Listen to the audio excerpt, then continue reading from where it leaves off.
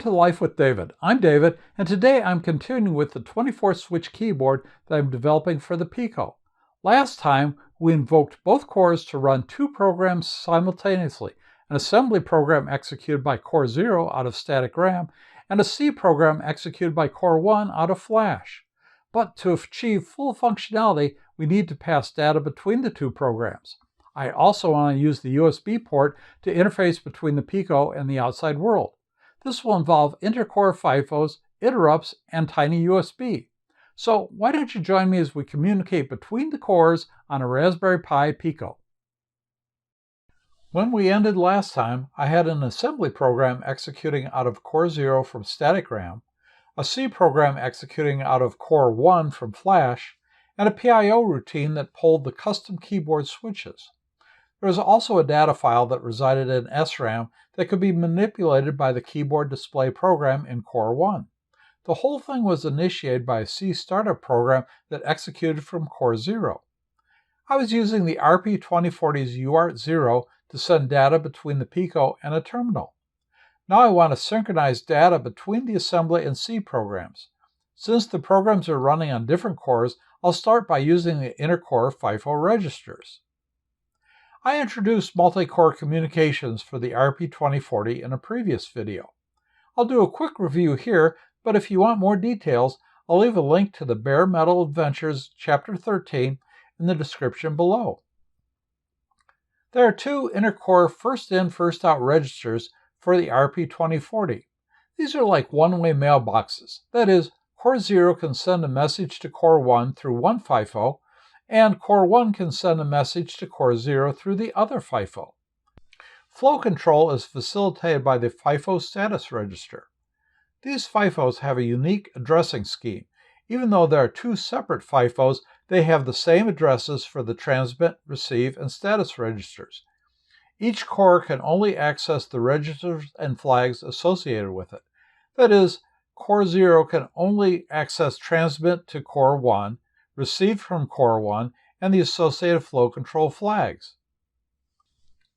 In BMA17, I got into the gory details of how to work with the intercore FIFOs, but I only used the intercore FIFOs to wake up core 1. This time I'll be using the FIFOs more extensively.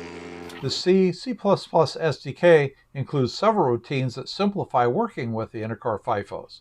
There's a lot to unpack here, so I'm going to take things one step at a time. I've prepared 5 different demonstrations going from simple to complex. They include sending data from the C program in core 1 to the assembly program in core 0. The assembly program then acknowledges the data. The assembly program in core 0 simply waits for the data from core 1. The second demonstration sends data from the C program in core 1 to the assembly program in core 0. The assembly program acknowledges the data and then echoes it back to the C program. Both the C and assembly programs simply wait for data. The third demonstration builds on the second demonstration by using an interrupt for the assembly program. In this case, the assembly program is performing its main task, but is interrupted when data is available from core 1. Core 0 stops what it is doing, processes the data, echoes it back to core 1, and then goes back to what it was doing before. Meanwhile, the C program in core 1 simply waits for the data to be echoed back. Demonstration 4 takes the next logical step by using interrupts for both cores. Both programs are performing other tasks, but get interrupted when data is available from the other core. Finally, I convert from using UART0 to send data to a terminal using the USB connection. In this case, I've developed a second communications routine within the C program that polls the terminal for data, receives the data, and sends it to the assembly program. The assembly program echoes the character back to the C program, which then sends that data back to the terminal. As you might remember from the previous video, my custom 24-switch keyboard has 16 data switches and 8 function switches. The C keyboard display program uses 3 of the 8 function switches to directly manipulate data in the static RAM. The other 5 function switches are reserved to control processes in the assembly program that lives in Core 0. Since I haven't finished the ultimate assembly program, I'll use a surrogate assembly program to receive the data sent and blink the onboard LED to validate the data. For the first demonstration, I'll use the SDK tools multi-core FIFO push blocking and multi-core FIFO pop blocking to send data from the C program in Core 1 to the assembly program in Core 0. I'll start with the program suite I used in Demo 5 of Bare Metal Adventures Chapter 16. I'll leave a link in the description below. Let's get into the details. Inside the C program, which is running in Core 1, I'll include the Pico multicore.h header file. Then I add the multicore FIFO push blocking function to each of the case statements for the 5 switches. This function starts by checking the status of the Core 1 transmit FIFO register. If the FIFO register is full, it will keep checking until space is available. When space is available, the function will store the argument into the Core 1 transmit FIFO and return. In the assembly program, executing out of Core 0, I'll prepare to call SDK functions from the assembly program by declaring multi-core FIFO push blocking and multi-core FIFO pop blocking as external functions.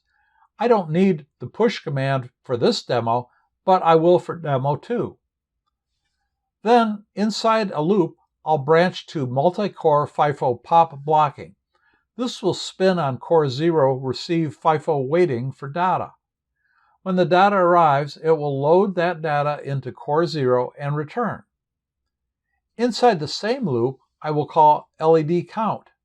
This routine blinks the onboard LED the number of times as the value in register 0 and returns. Then do it again. That's pretty simple. Let's try it out. After I compile and link the programs, I'll drag the .uf2 file into the Pico while it is in the boot select mode. Currently, I'm using a TTY to USB adapter to communicate between the Pico and a terminal. So I'll start my terminal program, PuTTY. After the assembly and C program start, I'll press function switch 3 and watch the LED blink 3 times. Now we have data flowing from the C program to the assembly program. In Demo 2, let's complete the communications loop by echoing the data back from the assembly program to the C program. To the previous assembly program, I'll add a branch to multi-core FIFO push blocking immediately after the LED count loop. This will check the status of the Core 0 transmit FIFO. When room is available, it will send the data in register 0 to the Core 0 transmit FIFO and return. In the C program, I'll add a multi-core FIFO pop blocking function call after the switch statement. This will wait for data to become available in the Core 1 receive FIFO. When it is, this function passes the value to the variable echo. I'll add a print statement so we can verify the C program received the echo. Let's try it out. After the program start, I press function switch 3. The LED blinks 3 times and then sends the echo back to the C program, which reports the echo to the terminal. We've established two-way communications, but both programs are just sitting around like gossips, waiting with bated breath to hear what the other has to say. It's interesting, but not much work is getting done. The next step is to use interrupts in conjunction with the intercore FIFOs, so the programs limit the amount of time they spend on communications in order to maximize the time spent on performing useful work. Let's see how that works. An intercore receive FIFO will trigger an NVIC interrupt when data is available to read. In the RP2040, data available in the Core 0 receive FIFO will trip NVIC interrupt SIO_IRQ_PROC0, which is interrupt number 15. Similarly, the Core 1 receive FIFO will trip SIO_IRQ_PROC1, which is interrupt number 16. Unlike the RP2350, Both cores can see both interrupts, so it's important to keep the interrupts straight. In Demo 3, I'll add an interrupt to the assembly program only. Start by declaring the interrupt handler SIO IRQ handler, which will be defined later as a global function. Create a background task that will run continuously. In this case, I blink the onboard LED quickly, about 4 times a second. Core 0 will normally execute this routine. Next, create the interrupt handler. This routine will run when IRQ-SIO proc 0 indicates data is available in the Core 0 receive FIFO. Start with the new label, SIO IRQ handler. Then push registers R0 through R3 and the link register to the stack. Branch to multi-core FIFO pop blocking. Since we got here via the interrupt flag, data should be available, so we should sail right through this statement with the function number stored in register 0. Then echo the data back to the C program in Core 1 using multi-core FIFO push blocking. We could get hung up here waiting for space to be available in the Core 0 transmit FIFO. Then proceed to the LED count routine, which will slowly blink the LED the number of times corresponding to the number in register 0. Finally, return. How do we bind the interrupt handler to the IRQ-SIO proc 0 NVIC interrupt? Remember from the previous video, we used a C startup program to wake up Core 1, start the keyboard display program in Core 1, copy the assembly program into static RAM, and then transfer Core 0 execution to the assembly program. I'll use the same program to initiate the interrupt for the assembly program. First, declare the assembly interrupt handler as an external function. Create a function to initialize the interrupt handler. In this function, use IRQ set exclusive handler to bind the interrupt handler to the NVIC interrupt and enable that NVIC interrupt. Finally, in main, just before execution is transferred to the assembly program, call the interrupt initialization function.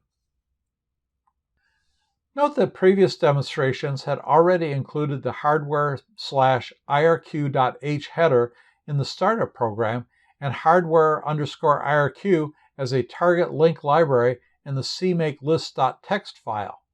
Since we aren't implementing an interrupt for the keyboard display program in this example, this C program is the same as the previous demo. Let's try it out. In this case, we see the onboard LED blinking furiously until it's interrupted when the Function 3 switch is pressed.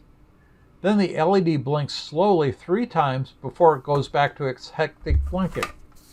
The data is then echoed back to the C program, which prints it out on the terminal. The C program just hangs while it's waiting for data.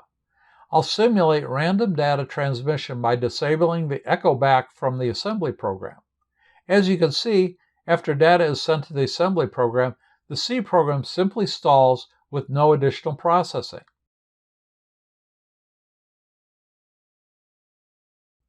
The next step is to incorporate the interrupt by the Core 1 receive FIFO into the C program. This will allow the assembly program to send data to the C program while the C program is performing other functions. The startup, assembly, and CMakeLists files are the same for Demo 4 as for the previous demonstration. In the C program, we'll add a Core 1 interrupt handler. For demonstration purposes, include a print statement that will signal the program entering the handler, then check if the multi-core FIFO has valid data. This is just a sanity check to trap any potential problems due to spurious signals. If the data isn't valid, then print an error message and return. If the data is valid, put the data in the variable Core 0 data using the multi-core FIFO pop blocking function. This function also clears the interrupt. Print out the data to verify proper operations, and then return. In the main program function, after the standard I/O functions are initialized, call multi-core FIFO drain to drain any artifacts left in the Core 0 to Core 1 FIFO. Then use multi-core FIFO clear IRQ to clear the ROE and WOF sticky error flags. These flags are only set if the FIFO was read when it was empty or written to if it was full. Right after startup, there can be artifacts in these flag registers which could trigger a false interrupt. Besides using this SDK function, the flags could also be cleared by writing any value to the FIFO status register. Print out a message to document progress through the program and then set the interrupt handler by using the IRQ set exclusive handler function. The name of the NVIC interrupt, SIO IRQ proc 1, is the first argument, and the label of the interrupt service routine, Core 1 FIFO ISR, is the second argument. Then use IRQ set enabled to enable the NVIC interrupt. The program continues as before, entering a loop that continually updates the SSD 1306 OLED display. In the previous demonstration, multi-core FIFO pop blocking was located inside the PIO interrupt program, where we process key presses. I'll remove that statement from the end of that routine. This will allow the PIO interrupt handler to continue to completion without stalling while waiting for data from Core 0. Let's try it out. Note how the echo responds with the interrupt.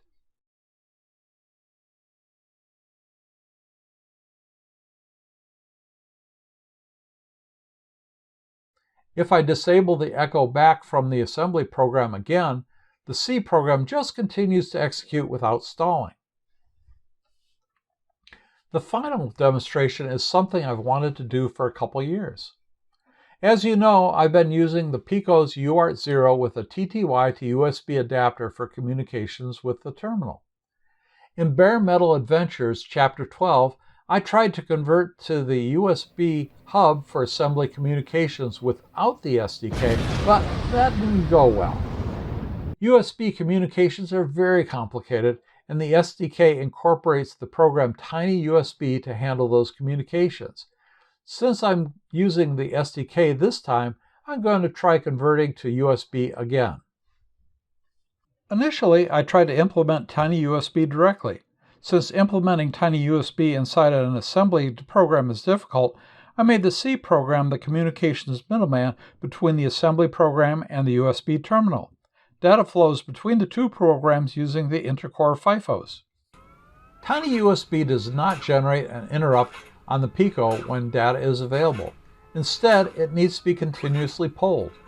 I included the TinyUSB function TUD_task in a continuous loop to check if data is available from the USB and then enter a callback routine that grabs the USB character. Unfortunately, things got complicated since this callback was being called within another interrupt service routine. I was in the middle of troubleshooting that mess when I realized there's a much simpler solution. I can use getChar timeout US0 as a non-blocking check if a USB character is available. That way, the SDK worries about the TinyUSB gory details instead of me. I think I'm getting spoiled.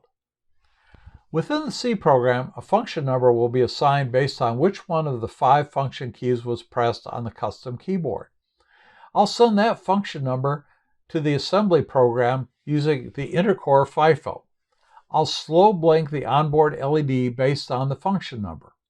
Even though I won't echo the value back, I'll save the function number in a global variable pending function that both programs can see. As for the USB data, I'll pull the terminal from the C program.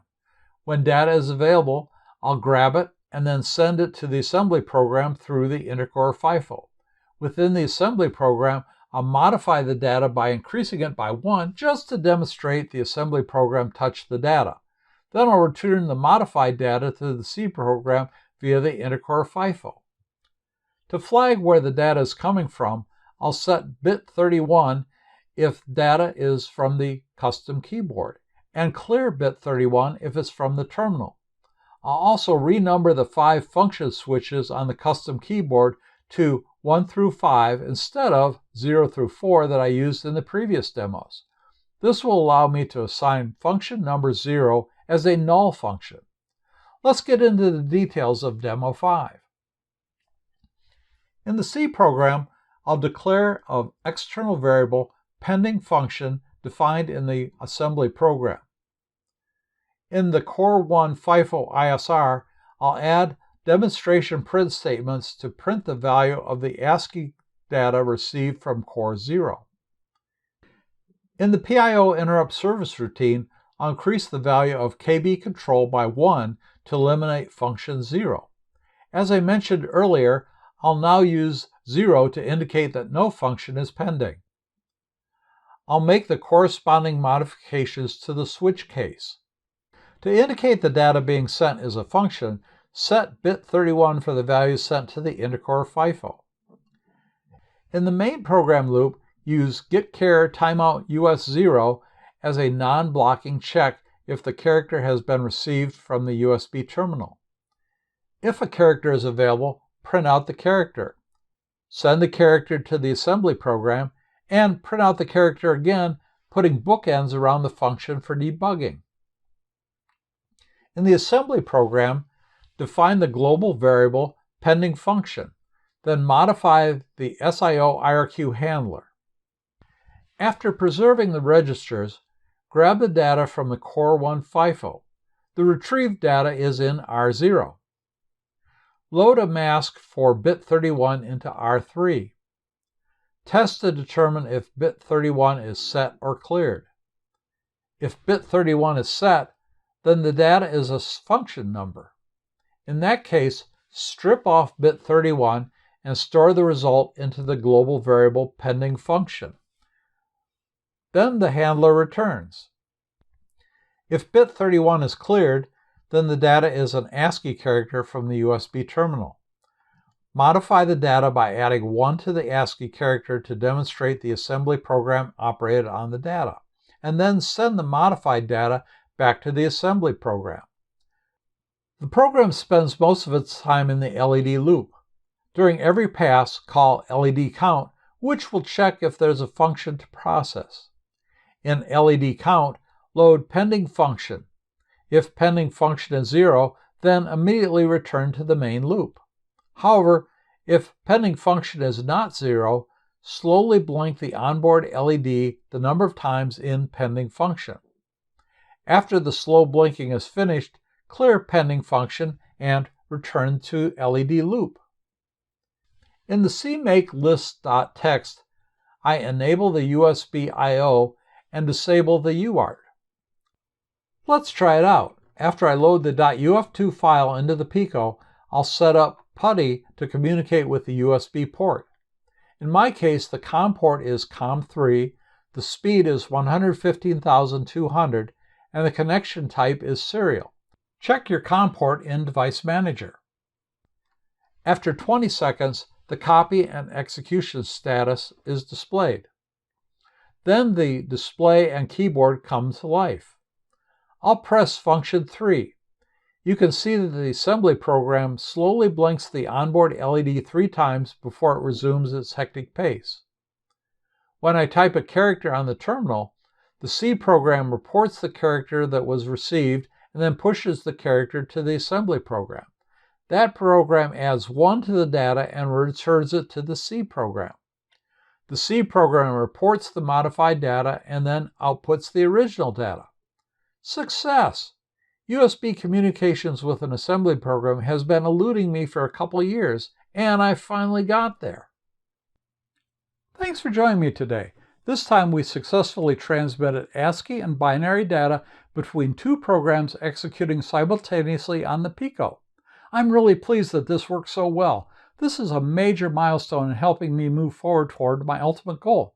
But I'm not quite ready to reveal the end product yet because I still have a ways to go and I don't want to overpromise. Longtime viewers might have an idea. If you think you know, leave a comment below. I hope to finish in the next couple videos, so stay tuned. If you like this video or you think someone else might, please give it a thumbs up. If not, give it a thumbs down. The more likes this video has, the more YouTube will recommend it to others. Also, please leave a comment or suggestion for things to do. I hope to do more of these videos, so please subscribe and click on the bell for notifications of new videos. Let's get together next time for another day in Life with David. See you soon!